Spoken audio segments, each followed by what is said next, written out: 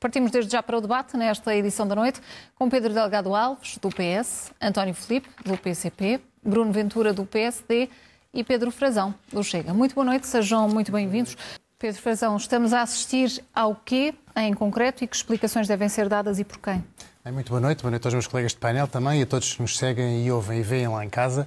De facto, o que estamos, mais uma vez, é perante uma exoneração do Governo, já é a aceitação de uma demissão que aceitou da direção executiva do SNS e agora temos uma exoneração também na Santa Casa da Misericórdia de alguém que estava no cargo de provedora há menos de um ano e que se vê envolvida, eu ouvi hoje palavras como falta de transparência e responsabilidade de gestão numa instituição que faz que tem a seu cargo jogos milionários como o Euromilhões e outros jogos, que tem a seu cargo porque tem a missão de, com esse dinheiro que angaria dos jogos, ajudar os mais pobres, os mais desvalidos, os deficientes, as crianças, os sem-abrigo, obviamente, os mais idosos da cidade de Lisboa e, portanto, acho que é totalmente incompreensível como é que isto se está a passar, sem haver ainda um relatório de contas de 2023, estamos no final de abril, sem haver um resultado de uma auditoria daquilo que está a ser feito, porque foram apresentados resultados negativos, sendo necessário a injeção de dezenas de milhões de euros, 30, agora, pelos vistos, seriam mais 40 milhões de euros de injeção numa instituição que deveria dar dividendos, ou pelo menos não dando dividendos, deveria saber utilizar esses dividendos para a sua própria ação social a favor dos mais desfavorecidos e daqueles que realmente precisam. E, portanto, o que o Chega tem a dizer neste caso é que, de facto, a Santa Casa da Misericórdia de Lisboa tem que deixar de ser a barriga de aluguer para pagar favores políticos aos dois principais partidos do regime.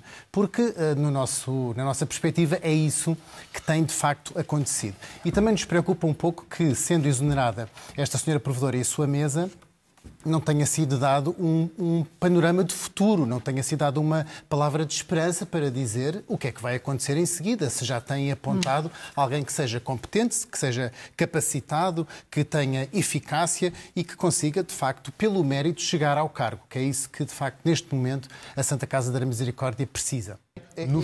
Isso é tudo muito bonito, mas neste momento, quanto à Santa Casa da Misericórdia de Lisboa, o que nós precisamos saber é quando é que vai sair a auditoria, quando é que será apresentado o relatório de contas e qual é que vai ser o próximo provedor e a próxima mesa. Nós precisamos de palavra... datas, Bruno. Exatamente, e portanto parece-me muito estranho que o Governo venha ter estas decisões, sem falar para o futuro, porque se isto é assim, o que parece mesmo é que esta provedora e todos os provedores anteriores estão a ser protegidos porque são nomeados alternadamente por quem está no Governo. Ninguém quer perceber o que é que já prometeu alguém o lugar. Ninguém quer perceber o que é que se está a passar e a verdade tem que vir ao de cima. É evidente que o Governo, ao fazer a exoneração, já sabe o que é que lá quer pôr. Nós é que ainda não sabemos, mas alguém, com certeza que alguém já sabe que vai para lá.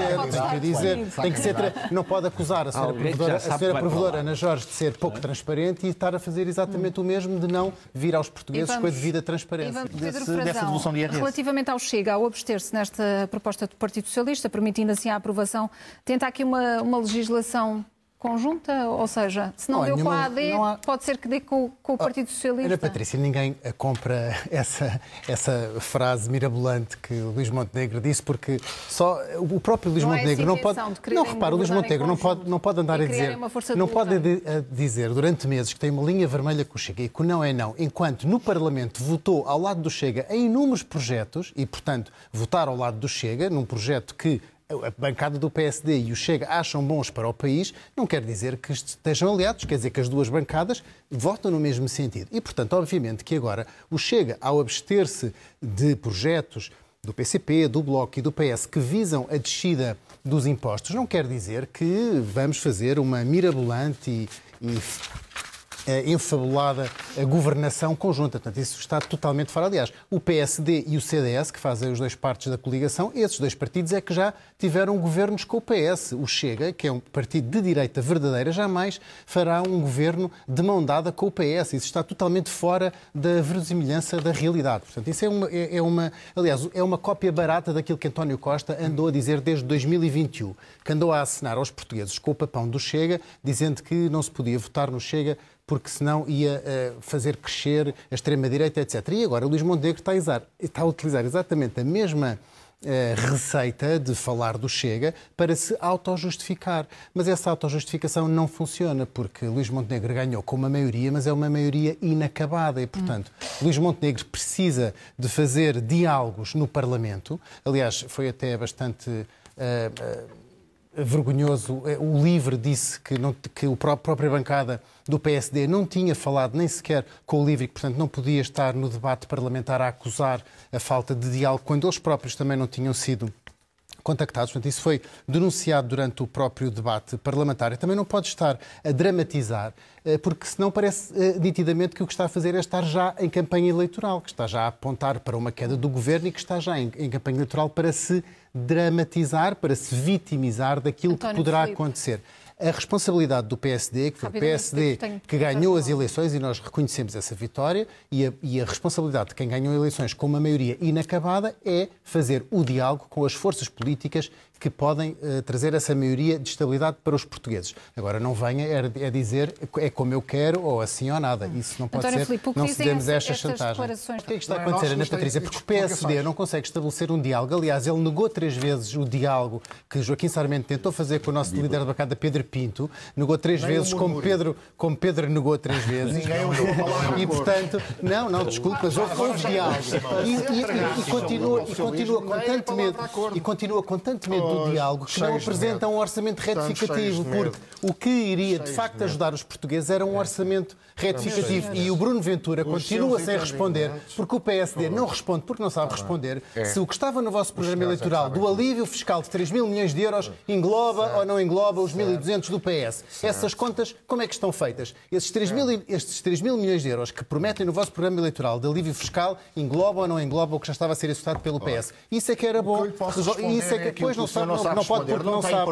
Não pode porque não sabe. Sabe porque é que não pode? Porque englobam os 1.200 e não querem dizer. O senhor não diz a conta da proposta do Chega. Pedro Frazão, começo por si o voto de condenação a Marcelo Rebelo de Sousa pelas declarações relativamente às reparações às ex-colónias. Já deu entrada, já avançou. André Ventura considera que Marcelo se aproximou de um crime de traição à pátria. Admite avançar com uma queixa criminal? Haverá outras iniciativas? De facto, que o Sr. Presidente da República teve um momento muito infeliz, seguido de muitos outros que já esteve. Não sei se, de facto, isto faz parte da sua teoria de tática política para divergir as atenções sobre o caso das gêmeas, onde também ele devia ter dado explicações. Mas e não deu. O que é que o Chega vai fazer? Aliás, eu devo lembrar aqui, só muito rapidamente, devo só lembrar que o Sr. Presidente da República disse que não falava sobre o caso das gêmeas porque estávamos em período de campanha eleitoral para as europeias, mas a seguir a isso já fez uma série de outros comentários onde isso não se aplicou.